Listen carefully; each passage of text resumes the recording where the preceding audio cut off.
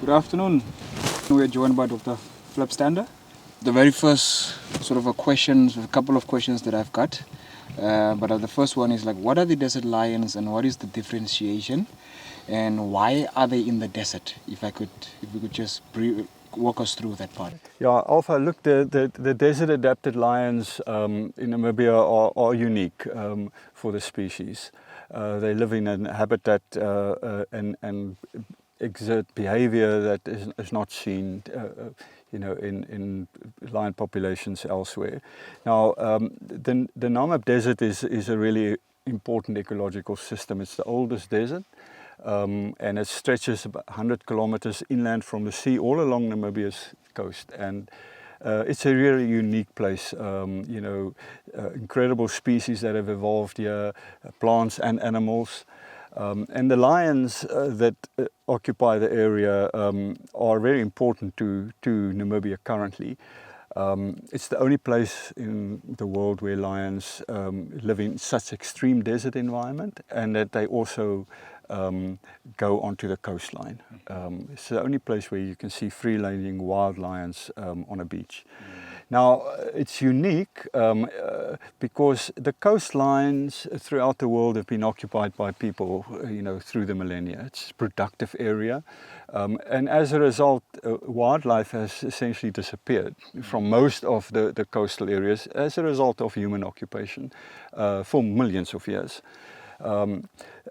The reason why the Namibian desert adapted lions are unique is because the Namib Desert has essentially occupied that area, so people have not lived there. And as a result, we get a lot of natural recurring wild species that occupy those areas. Now, we do believe that lions used to occur throughout the Namibian coast, the Namib Desert. But people have settled in the areas, and their numbers have been reduced. As early as the 1930s, there are records of lions occurring through that area. They only really became known to us in the late 70s, when the Skeleton Coast Park was basically established, and the rangers working in that area picked up that there were lions, lions on the beach, and it was an incredible sort of discovery. Those lions very soon disappeared. I started a small study on them in the 80s with the Ministry of Environment, but very soon after we'd marked about 5 animals, they were all killed by people that lived almost in the Skeleton Coast Park area, farming with livestock. These are people that had very few head of livestock, few goats and a few donkeys and cattle. And when the lions attacked their livestock, they defended their livelihood, which they could do legally. But as a result, they killed the lions. So by the end of the 1980s, we thought that the desert adapted lions had all gone extinct. But that was not to be. A small pocket of them had survived in a very mountainous area just south of Sesfontein. And then a few big changes happened politically, and also from an environmental point of view. Namibia gained its independence. And suddenly the local communities in the area were given rights to utilize the land. The forming of conservancies was very important. And at the same time, we had really good rainfall, a number of years of really good rainfall. So the wildlife numbers were allowed to increase. At the same time, tourism started happening. The political environment was ready for that now. So it's a culmination of all those factors that came together that essentially allowed the natural wildlife of the northern Namib, the Damaraland area as we know it, to proliferate, supported by tourism and communal conservancies. So the combination of all of that was that favorable conditions. I was very lucky to have started this lion project in that time.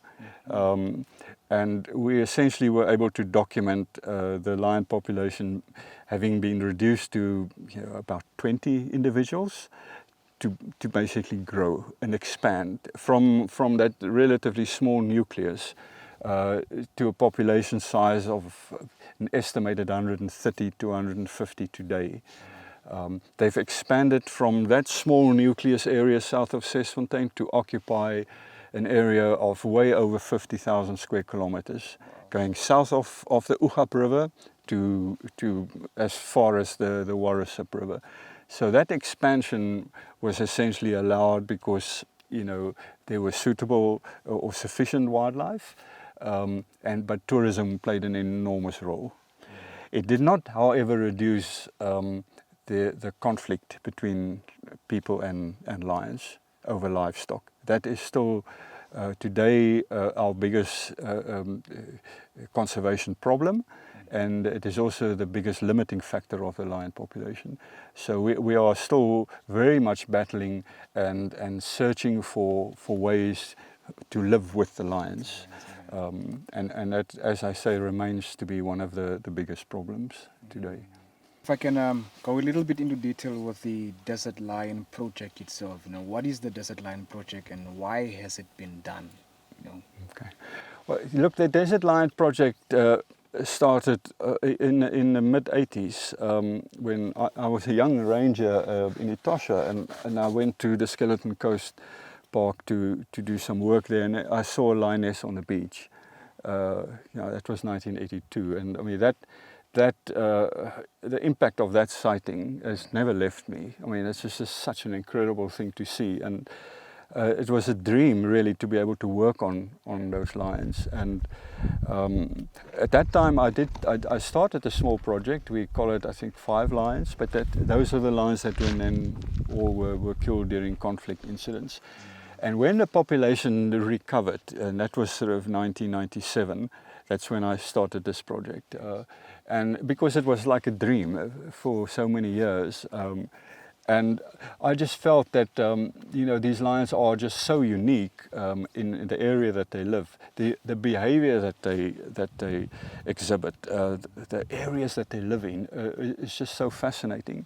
So it's been a lifelong sort of passion. Initially, I wanted to be able just to understand the basics. I still don't understand the basics. You know, it takes so long. It's such a complex problem in such a difficult area that it essentially became almost like a lifelong study. And I don't really see it ever, you know, we ever stopping the work. Yeah, I would foresee even after, you know, my time with them is over, I would imagine that it would continue. Yes. The value of lions to Namibia and the tourism industry is so important that I would think it will continue. Yes. And also the conflict situation is serious. So I think we are laying platforms now, and we've put systems in place and structures that really can continue after all of us are gone. And I think the government, the Namibian government, the Ministry of Environment does see it that way as well, and you know, I think most of the tourism industries too. So I do think we are paving the way for a continuation of work on lions that will carry on for many decades. And also, just to understand a little bit more, is like how is this the research different to other researches that has been done about lions in other areas, and what is the profound information that has been insight that has been gathered? Yeah.